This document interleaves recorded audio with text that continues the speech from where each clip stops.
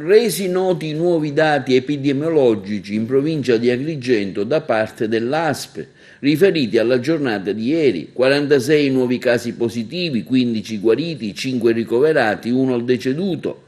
I soggetti positivi sono in totale 820, tra cui 334 guariti, 24 deceduti, 403 in trattamento domiciliare, 59 ricoverati, di cui 47 in ospedale e strutture a bassa intensità di cure, soggetti che evidentemente si riferiscono al territorio di competenza dell'ASP.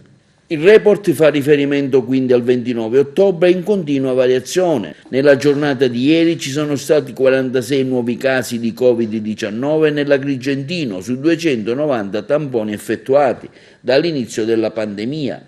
I test eseguiti sono stati 27.857, 6 nuovi ricoveri in ospedale che fanno salire a 47 i soggetti agrigentini attualmente ricoverati.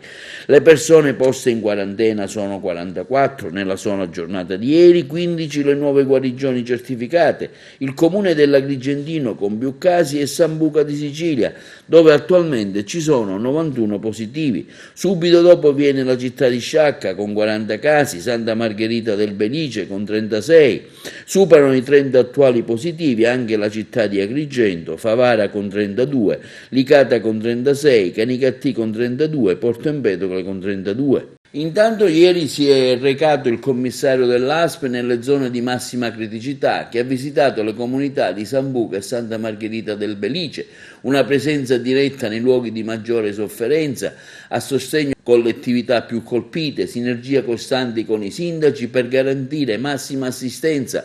Questo è il messaggio della presenza del commissario straordinario dell'ASP di Agrigento, Maria Zappia, che ha voluto dare con la visita presso i comuni di Sambuca di Sicilia e Santa Margherita del Belice nel corso della giornata di ieri, dopo aver pianificato passo passo e stretto accordo con l'assessorato regionale alla salute le azioni utili a fronteggiare la repentina diffusione dei contagi da Covid-19 presso i due centri nella provincia orientale, impiegando una consistente dotazione di uomini e mezzi. Il commissario Zappia ha deciso di recarsi in piena zona rossa, incontrando il sindaco di Sambuca Leonardo Ciaccio e successivamente anche il primo cittadino di Santa Margherita del Belice, Francesco Valenti. Intanto sentiamo il sindaco della città di Agrigento sui casi Covid registrati ieri. Oggi abbiamo un caso in più di positività al Covid-19, però abbiamo 4 guariti, quindi in totale abbiamo 33 casi positivi rispetto ai 36 di ieri.